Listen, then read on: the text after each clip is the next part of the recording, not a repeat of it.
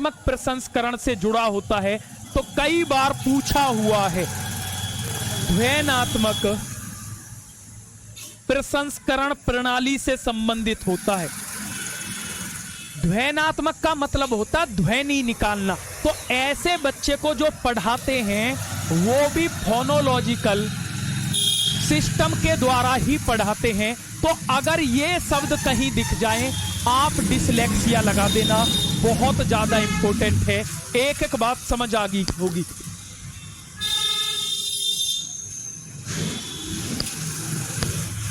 ठीक है भाई, बहुत बढ़िया। अब देखो ये रहा क्वेश्चन, क्या कहता है। निम्नलिखित में से डिसलेक्सिया की एक विशिष्ट विशेषता कौन सी है?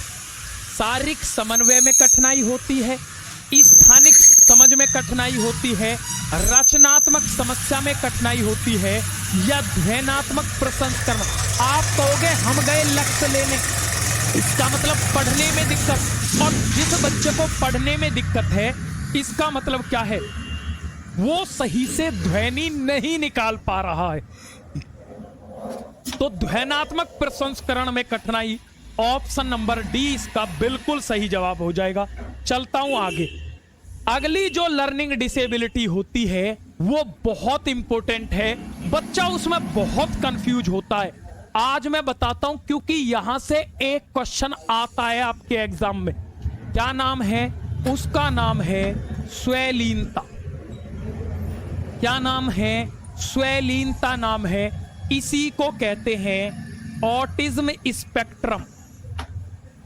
क्या कहते हैं? ऑटिज्म स्पेक्ट्रम कहते हैं। अब मैं आपसे हाथ जोड़कर एक अपील करना चाहता हूं, यह बात आपको कोई नहीं बताएगा, आप पूरे YouTube पे घूम लेना, मैं आपको बता रहा हूं। स्वैलीनता को ही ऑटिज्म कहते हैं। कभी कभी एग्जामिनर इतनी चालाकी कर देगा, क्या कर देगा, वो आपको स्वैलीनता शब्द ना दे करके इंग्लिश में इस ऑटिज्म को ऐसे लिख देगा। तो आप समझ जाना कि ऑटिज्म का मतलब होता है स्वैलीनता। अब स्वैलीनता क्या होती है, यहां से सबसे ज्यादा एग्जाम क्वेश्चन पूछता है। ऐसी ट्रिक से समझाऊंगा कि जीवन में क्वेश्चन गलत नहीं होगा। देखो, स्वै और लीन। स्वै का मतलब होता है खुद, स्वै का मतलब होता है खुद, यानी कि स्वयं, बच्चा जो है स्वयं। और लीन का मतलब होता है खो जाना, यानी कि आपको नाम में ही सब कुछ पढ़ा दूंगा, आप जीवन में स्वैलीनता नहीं भूलोगे। स्वै का मतलब होता है खुद और लीन का मतलब खो जाना, यानी कि ऐसा बच्चा जो खुद में ही खो गया हो। अब जो बच्चा खुद में खो जाता है, जैसे कहते हैं ना कि मस्त राम मस्ती में आग लगो बस्ती में, बच्चा अपनी धुन में खो गया है। तो ऐसा बच्चा जो खुद में ही खो जाता है। अब जो बच्चा खुद में खो जाता है वो क्या करता है? दूसरे किसी से बातचीत करना ही नहीं चाहता। वो बातचीत करना नहीं चाहता। क्यों? बच्चा खुद में खोया हुआ, वो तो नहीं चाहता मैं किसी से बातचीत करूं। तो ऐसा बच्चा जो होता है उसे दूसरे से बातचीत करने में कठिनाई महसूस होती है। तो आपसे कहेगा कि वह बच्चा जिसे दूसरे से बातचीत करने में कठिनाई महसूस होती है उसमें क्या होती है? तो उसी में होती है स्वैलीनता। क्यों? बच्चा खुद में खोया हुआ है। अब देखो, अच्छे से समझा दूंगा आज, और कुछ भी नहीं रटना। एग्जाम में आप भूलना भी चाहोगे ना, मैं भूलने ही नहीं दूंगा। हमारी क्लास की एक खास बात है, आपको पता नहीं चलेगा। आप क्लास को करना, टेस्ट लगा लेना, जीवन में भूलोगे ही नहीं। इस दम लगा के हम पढ़ाते हैं, पूरे मन और शिद्दत के साथ पढ़ाते हैं। पीपीटी से नहीं पढ़ाते हम। पीपीटी से तो आप भी पढ़ा लोगे, आप भी टीचर हो। पीपीटी यूं ही तो पढ़नी है। एक एक बात यहां से यहां छाप रहा हूं, यहां से यहां दिमाग में एक एक बात लिख करके, तो मेरे दिमाग में कितनी चीजें क्लियर होंगी ये आप सोच सकते हैं। मुझे इतना अनुभव है, आप एक क्वेश्चन ला देना, मैं उसकी पूरी डिटेल बता दूंगा। ये क्वेश्चन तब आया था, इसलिए एग्जामिनर ने पूछा, ये मेरा वादा है आपसे। तो यहां से समझो, जब बच्चा खुद में खो गया, इसका मतलब क्या है कि वो सामाजिक संप्रेषण में कठिनाई महसूस करता है, तो आपसे कहेगा कि बच्चे को सामाजिक संप्रेषण में संप्रेषण का मतलब होता है कम्युनिकेशन, सोशल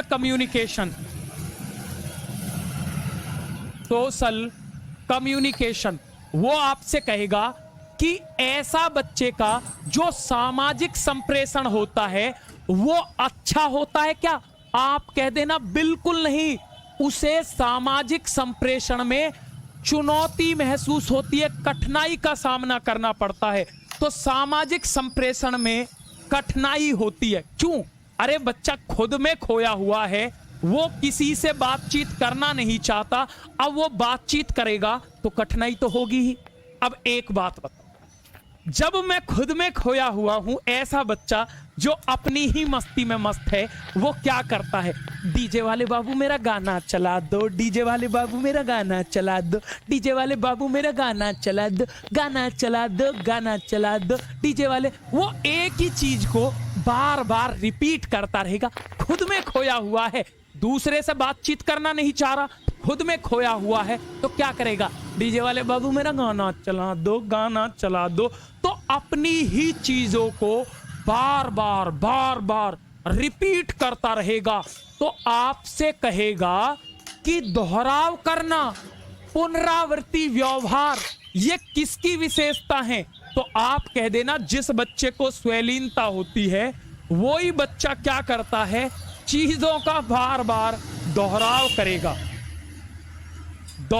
करेगा एवं पुनरावृत्ति व्यवहार। पुनरावृत्ति का मतलब है बार बार चीजों को रिपीट करेगा।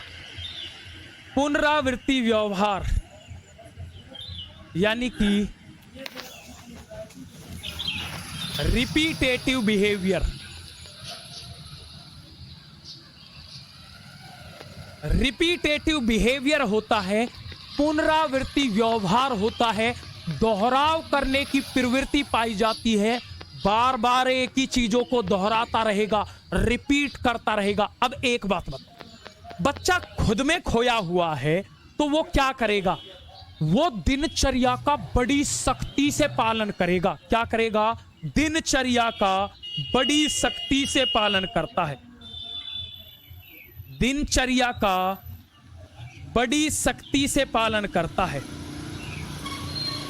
क्या करता है?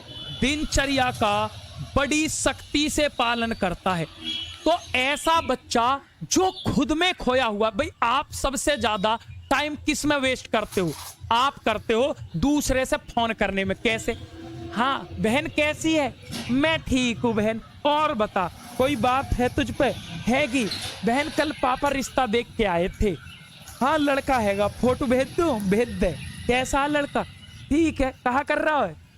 इंस्टाग्राम पर रील बना रहा हूँ मेरी तरह, बढ़िया फॉलोवर ले रहा हूँ, 2 लाख फॉलोवर है, बढ़िया मैं भी जाकर रील बना लूंगी।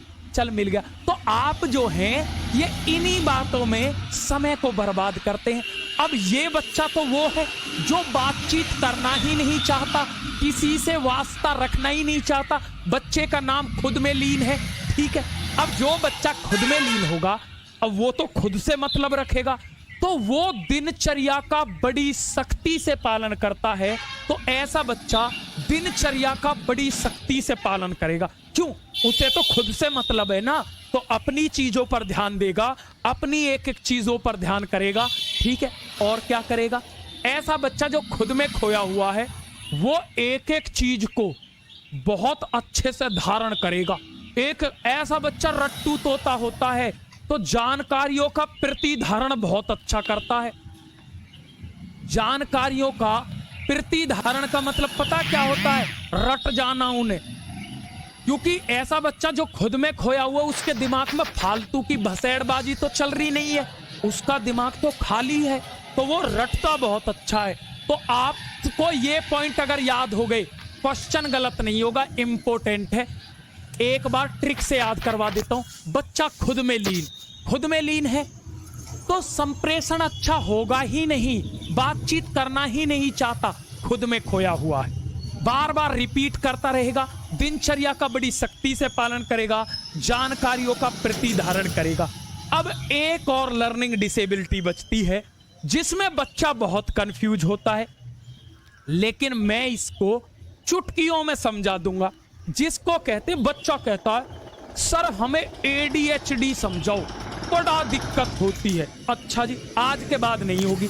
ए का मतलब है अटेंशन, क्या होता है? अटेंशन।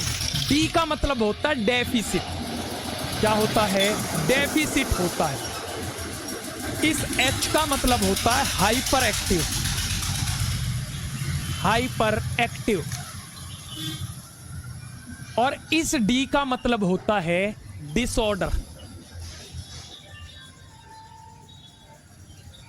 बात को अच्छे से समझना। तो ADHD का मतलब क्या होता है? Attention deficit hyper active disorder. इसी को कहते हैं अवधान न्यूनता। क्या कहते हैं? अवधान न्यूनता। अवधान न्यूनता, अति सक्रियता, अवधान न्यूनता, अति सक्रियता विकार। अवधान न्यूनता, अति सक्रियता विकार, यानी कि इसी को कहते हैं ADHD। अब समझना, देखो आपसे वो कहेगा ADHD को अवधान न्यूनता, अति सक्रियता विकार। अब बच्चा इसमें बहुत कंफ्यूज होता। ट्रिक से समझाऊंगा बहुत अच्छे से। बच्चा सोचता है अवधान का मतलब ये धान के बारे में पूछ रहा है। अभी धान की फसल हुई थी ना सर, न्यूनता का मतलब कम हुए थे। हाँ, भगवान ने बारिश भी बहुत करी थी, फसल कमी हुई है। गुरुजी आपके यहाँ भी कम हुई होगी। हाँ, फसल तो कम हुई है, बाढ़ भी बहुत आई है। वह बुद्धुओ, ये आपके ध्यान की बात नहीं कर रहा। आपका धान हो या गेहूं हो, मत हो जाए, इससे एग्जामिनर को कोई मतलब नहीं है। यूपी पुलिस कांस्टेबल की नोटिफिकेशन आ चुकी है और इस बार भी पिछली बार की तरह लगभग। न्यूनता का मतलब होता है कमी। आपके धानों में कमी नहीं कह रहा, वो कह रहा ध्यान में कमी। जिसको मम्मी कहती है, मम्मी गिलास कहाँ रखा? बेटा इन आंखों से ध्यान से देख ले, गिलास वो रखा है। इसका मतलब ध्यान में कमी है। तो आपसे कहेगा कि ध्यान में कमी बच्चे को क्या होती है? ध्यान की कमी होती है। अब देखो, हमने कुछ याद थोड़ी किया है, वो खुद कह रहा अवधान न्यूनता। न्यूनता मतलब कमी। आपसे कहेगा ध्यान में कमी किसकी विशेषता है? आप कह देना ADHD की। अब देखो, कहते हैं कि एक तो कड़वा ऊपर से नीम चढ़